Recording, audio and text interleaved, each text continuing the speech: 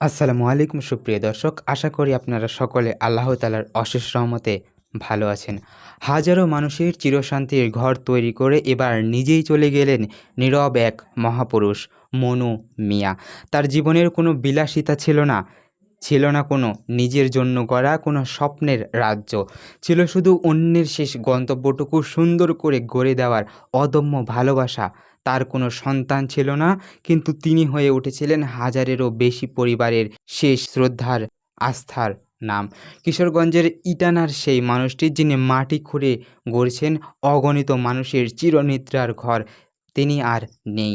জয়সিন্ধি ইউনিয়নের আলগাপাড়া গ্রামের নিজ বাড়িতে ৬৭ বছর বয়সী এই গোর্খদক মনু মিয়া শেষ নিঃশ্বাস ত্যাগ করেন।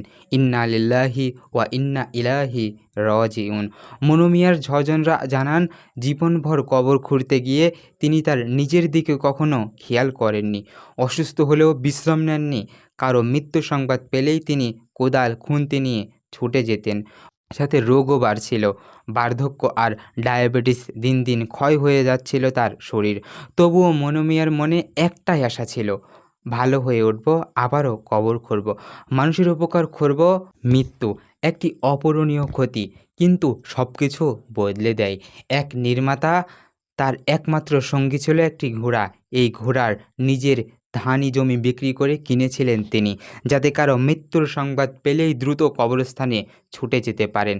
তার বিশ্বাস ছিল, মানুষ মরে গেলে যেন কবর খুঁড়তে দেরি না হয়।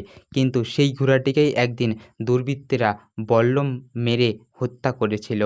এ ছিল শুধু ঘোড়ার মৃত্যু নয়, এ ছিল মনু মিয়ার ভিতরের শক্তি আর ইচ্ছার মৃত্যু। ঘোড়ার মৃত্যুর পর তিনি মানসিকভাবে আর সুস্থ হয়ে উঠতে পারেননি। মনু মিয়ার মৃত্যুতে এলাকায় শোকের ছায়া নেমে এসেছে। জীবনের প্রায় অর্ধশত বছর তিনি ব্যয় করেছেন কবর খননের এই মহান কাজে। বিনিময়ে তিনি কখনো কিছু চাননি। আশেপাশের গ্রাম ও জেলা জুড়ে তিনি শেষ ঠিকানার কারিগর নামে পরিচিত ছিলেন। মানবতার এক নীরব ইবাদত। ঢাকার আইনজীবী এবং এলাকার সন্তান অ্যাডভোকেট শেখ মোহাম্মদ রোকন রোজা গণমাধ্যমকে জানান, কিছুদিন আগে অসুস্থ অবস্থায় হাসপাতালে ভর্তি ছিলেন এই মনু মিয়া। সেই সময় দুর্বৃত্তরা তার বহু বছরের সঙ্গী, প্রিয় ঘোড়াটিকে হত্যা করেছিল। এতে তিনি মানসিকভাবে অনেকটা ভেঙে পড়েছিলেন। ইউনিয়ন পরিষদের প্যানেল চেয়ারম্যান বাহাউদ্দিন ঠাকুর বলেন, ঘোড়ার মৃত্যুর পর থেকেই মনু মিয়া শারীরিকভাবে আরও দুর্বল হয়ে পড়েছিল। চিকিৎসা শেষে বাড়ি ফিরে এলেও তার আগের মতো আর হয়ে উঠতে পারেননি। তার মৃত্যুতে আমরা একজন দায়ার সাগর, নিঃস্বার্থ মানুষকে হারালাম। এমন মানুষের অভাব কখনো পূরণ হওয়ার নয়।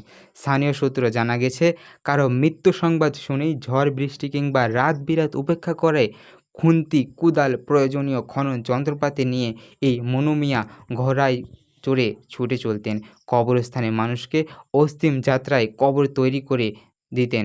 ৫০ বছর ধরে তিনি কাজটি বিনা পারিশ্রমিকে করে আসছিলেন। এজন্য তিনি কোনো সুবিধাও গ্রহণ করেননি। মনু মিয়ার ডায়েরিতে পাওয়া তথ্য অনুযায়ী এই দীর্ঘ সময়ে তিনি অন্তত ৩,০৫৭টি কবর খুঁড়েছেন। জীবনের প্রায় শেষ দিকে সাক্ষাৎকারে মনু মিয়া বলেন, অনেক মানুষ বলেছে হজে পাঠাবে, আমি রাজি হইনি। আমি চাই নিজের উপার্জনে হজে যাব।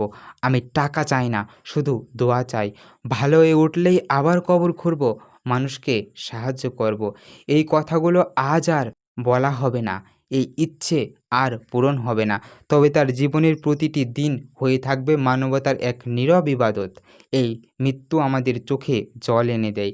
শুধু কষ্টে নয়, লজ্জায়ও একজন মানুষ অর্ধশত বছর ধরে নিঃস্বার্থভাবে কবর খুঁড়ে গেলেন। আর আমরা তাকে কি দিয়েছি? একটি ঘোড়া পর্যন্ত রক্ষা করতে পারিনি, তার কাজের সঠিক স্বীকৃতি দিতে পারিনি।